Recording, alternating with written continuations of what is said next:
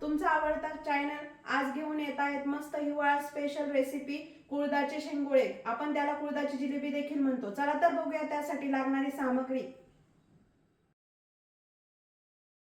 आता आपण बघूया कुळदाच्या शेंगोळ्यांसाठी लागणारे साहित्य।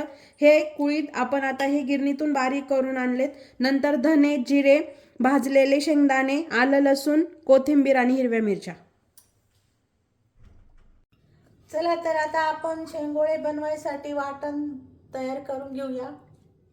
आपण आता हे पाणी गरम करायला ठेवूया। त्यामध्ये आपण आता थोडंसं तेल टाकणार आहे।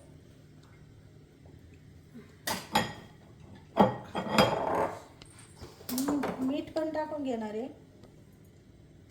मीठ तुम्ही तुमच्या आवडीनुसार टाका। आणि आता आपण हे वाटण करून घेणार आहे।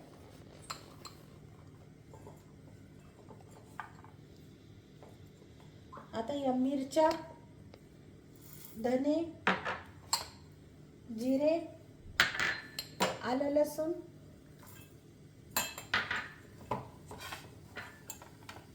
कोथिंबीर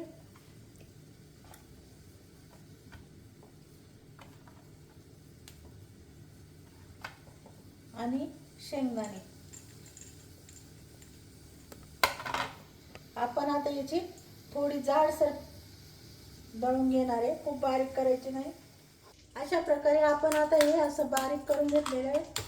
खूप बारीक नाही केलेलं आहे, थोडं जाडसर ठेवायचं।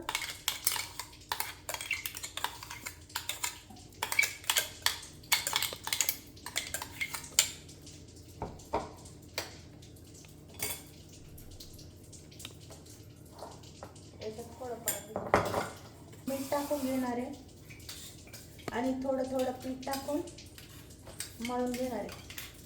आपल्याला या वाटांमध्येच पीठ मळायचं आहे, वरतून पाणी टाकायचं नाहीये।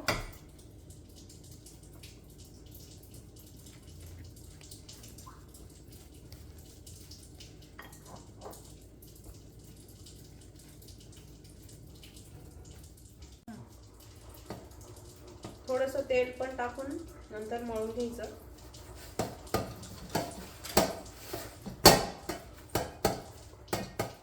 अशा प्रकारे आपण आता असं पीठ मळून घेतलेलं आहे। खूप घट्ट पण नाही आणि पातळ पण नाही।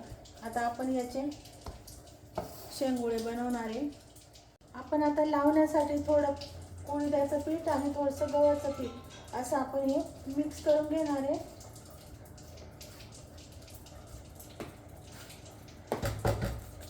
आता असं आपण पोळपाटाला थोडं तेल लावून घेणार आहे। थोडंसं असं पीठ टाकायचं आणि असे छोटे छोटे शेंगोळे तयार करायचे।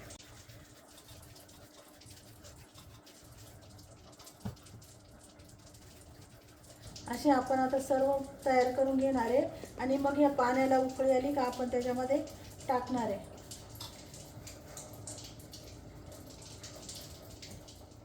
कुळदाचे शेंगोळे हे थंडीमध्ये खाण्यासाठी खूप पौष्टिक असतात। त्याने चांगली उष्णता भेटते आपल्याला आणि त्याच्यात फायबर्स अँड प्रोटीन्स पण भरपूर प्रमाणात असतात। त्याच्यामुळे तुम्ही नक्की रेसिपी ट्राय करून बघा।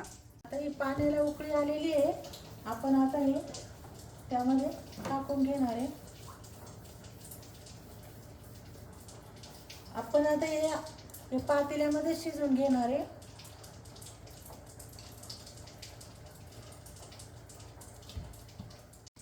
आपण आता हे पीठ ठेवलेलं होतं ना, ते आता या पाण्यामध्ये मिक्स करून यामध्ये टाकणार आहे म्हणे ते। त्याच्यामुळे आपल्या याला शेंगोळ्यांना घट्टपणा येतो।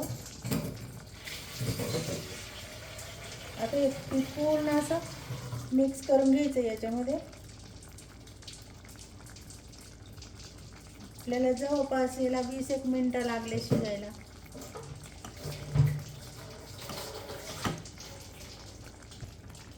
आता हे पिठाचं पाणी आपण याच्यामध्ये टाकून घेणार आहे, म्हणजे याने आपले छान असे घट्ट होतात।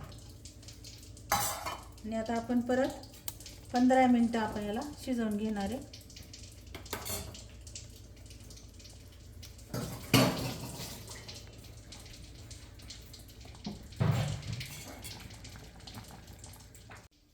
तर अशा प्रकारे मस्त झणझणीत कुळदाचे शेंगोळे ही तयार झालेले आहे.